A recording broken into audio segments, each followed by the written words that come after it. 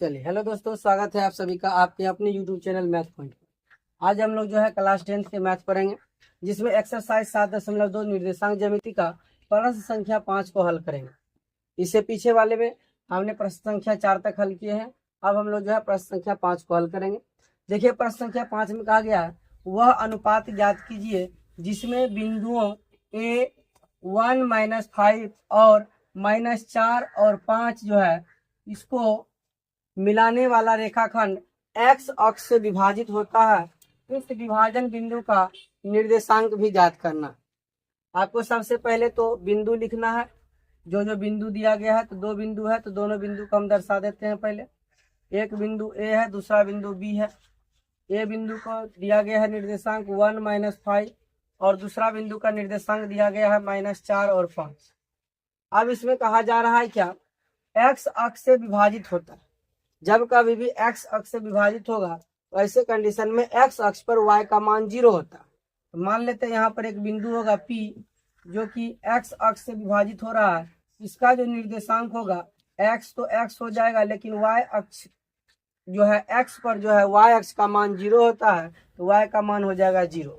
यानी इस बिंदु का निर्देशांक हो गया एक्स और 0। अब कहा जा रहा है कि यह बिंदु जो है इस रेखाखंड को किस अनुपात में विभाजित करता है।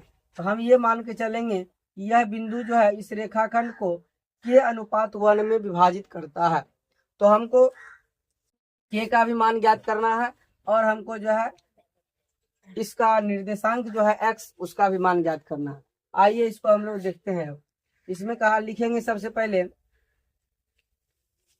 पी बिंदु रेखाखंड ए बी को रेखाखंड ए बी को के अनुपात 1 में विभाजित करती है। तो इसका जो विभाजन बिंदु है M1 और M2 का मान वो हो जाएगा के M1 और M2 का मान हो जाएगा 1 और इसका निर्देशांक तो x0 दिया गया है। अब हम लोग यहाँ विभाजन सूत्र से चलेंगे। तो यहाँ से हम लोग चलेंगे विभाजन सूत्र से। देखिए, विभाजन सूत्र से दोनों को अलग अलग भी निकाल सकते हैं। तो विभाजन सूत्र से चलेंगे। सबसे पहले हम लोग जानते हैं कि x बराबर क्या होता है। x बराबर होता है M1 x2 plus M2 x1 बटे हो जाएगा M1 प्लस M। अब यहाँ पर देखिए x का जो मान होगा वो x के जगह पर x ही रहेगा। M1 कितना हो जाएगा, तो k हो जाएगा M1 और 1 हो जाएगा M2, अर्थात M1 का मान हो गया k गुना x2। यहाँ देखिए ये बिंदु होता है x1, ये होता है y1 और ये होता है x2 और ये होता है y2। M1 x2, M1 का मान हो गया k, x2 का मान हो गया -4 प्लस M2 का मान हो गया 1, x1 का भी मान हो गया 1 बटे M1 प्लस M2। M1 और M2 का मान है k प्लस 1, ये हो जाएगा k प्लस 1। अब यहाँ से देखिए इसको मल्टीप्लाई करेंगे तो ये हो जाएगा x इंटू के प्लस 1, इधर आ जाएगा x इंटू के प्लस 1 बराबर k को -4 से करेंगे गुना, ये हो जाएगा -4k प्लस यहाँ 1 को 1 से मल्टीप्लाई करेंगे ये हो जाएगा 1।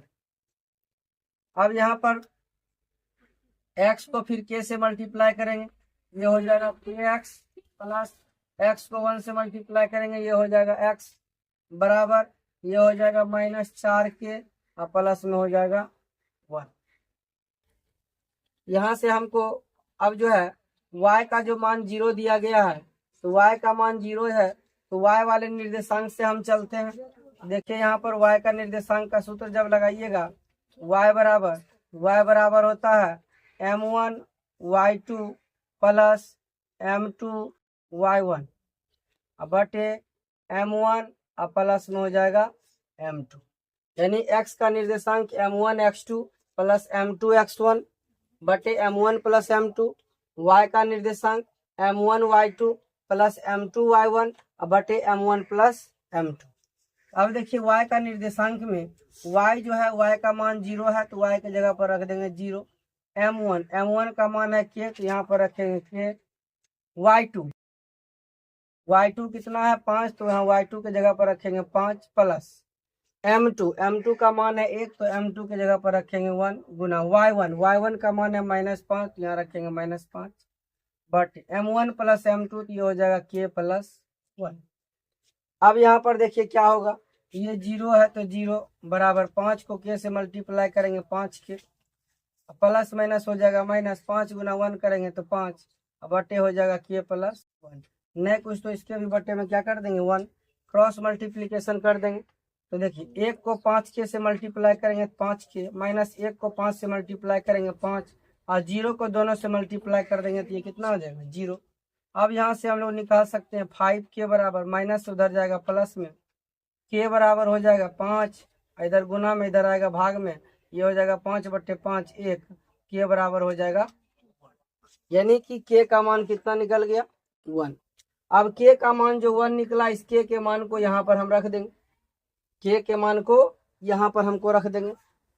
अब यहाँ इसको अगर समीकरण फर्स्ट मान लेते हैं तो मान लीजिए कोई दिक्कत नहीं है, k का मान हमको 1 निकल गया, तो अब हमको x का भी मान निकालना है, तो k का मान जो 1 आया उसको इस समीकरण में रख देंगे। यहाँ पर हम लोग बनाते हैं इस हिसाब को आगे, इसमें लिखेंगे समीकरण 1 में k का मान रखने पर, समीकरण 1 में या समीकरण 1 से सीधा लिखिए, समीकरण 1 क्या है, समीकरण 1 है kx प्लस x बराबर -4k प्लस है 1, x k के जगह पर हमको वैल्यू पुट करना है 1, तो देखिए यहाँ पर k के जगह पर रखेंगे 1 गुना x प्लस x बराबर -4 गुना k के जगह पर रखेंगे 1 प्लस 1 को x से गुना करेंगे x प्लस x, -4 को x से गुना करेंगे -4 प्लस 1, x और x को जोड़ेंगे तो ये हो जाएगा 2x, -4 में 1 को घटा देंगे तो ये हो जाएगा -3, तो x बराबर हो गया -3/2, x बराबर -3/2। अब इसमें देखिए क्या कहा जा रहा था कि अनुपात ज्ञात कीजिए, अनुपात हमने माना k अनुपात 1, तो यहाँ से हमने k का मान 1 प्राप्त किया। यहाँ पर लिखेंगे अनुपात जो है वह अनुपात आपका निकल गया कितना, अनुपात निकल गया 1:1, अर्थात यह जो बिंदु P है इस रेखाखंड AB को 1:1 में विभाजित करेगा। अब इसमें एक चीज और पूछा गया है, कहता है रेखाखंड जो x अक्ष से विभाजित होती है तो यह जो विभाजन बिंदु है इसका निर्देशांक भी ज्ञात करें।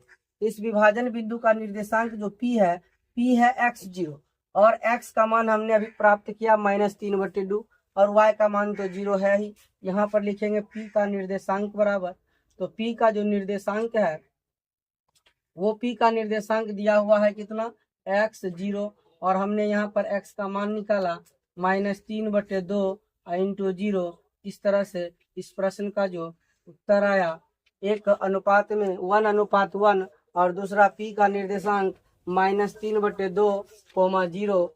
इसी तरीका के और भी वीडियो के लिए बने रहिए। धन्यवाद।